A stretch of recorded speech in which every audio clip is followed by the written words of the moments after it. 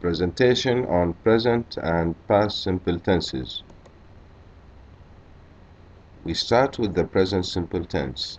In this tense, all verbs except be have one form for all persons except the third singular. The third person singular is usually formed by adding s to the simple or infinitive form. Looking at this table, we see that if the subject was I or you in the singular form, then we shouldn't write the verb with an s. I write, I go, and etc. etc. The same applies to we, you, and they. But if the subject was he or she or it, then we should add an s to the verb. He fixes, he has, he is, etc. The uses of the present simple tense are: first, we use the present simple tense to express a condition that exists at the moment of speaking and may continue for a short time. She seems happy about the news. Second, we use it to express a general truth.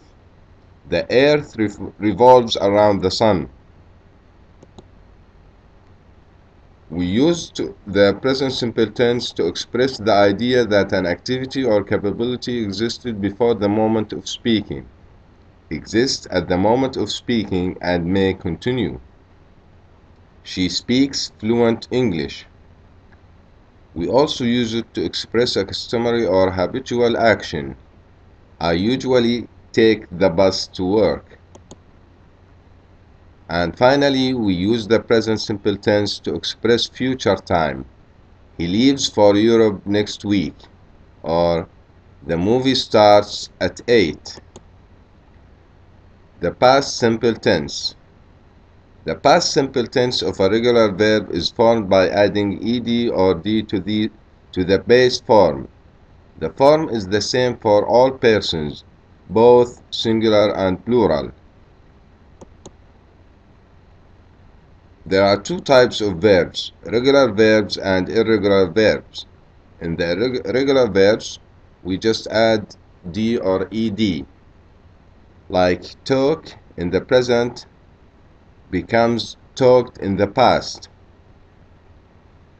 In the irregular verb type, we have a different verb in the past. Speak becomes spoke. Fly, flew. An exception is the verb be, which has two past forms, was and were. I was or we were. You were in the plural or singular form comes with were. The uses of the past simple tense are: to express an activity that occurred at a definite time in the past. It rained yesterday. To express an activity that occurred at an unspecified time in the past. He came to see us.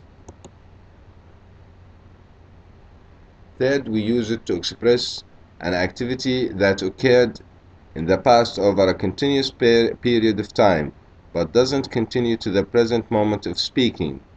He studied French when he was in high school. Now let's have this exercise to revise what we have studied. Put the verb in the correct form. Julie, and the verb is drink, tea every day. The answer is Julie drinks tea every day. We see that we are talking about something that Julie does every day, so we use the present simple tense. The bed was very comfortable. I, and the verb is sleep, very well. Here we see that in this first sentence we are talking about the past because we used was. The bed was very comfortable. So we use the past, and the answer is the bed was very comfortable. I slept very well. The Panama Canal, the verb is connect, the Atlantic and Pacific Oceans. Here, this is a general truth, something which is a fact. So, the answer should be the Panama Canal connects the Atlantic and Pacific Oceans. Mozart, the verb is right, more than 600 pieces of music.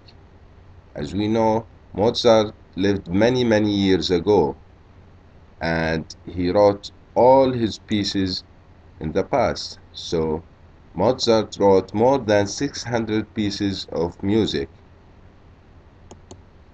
Thank you, and hope this was beneficial to all of you.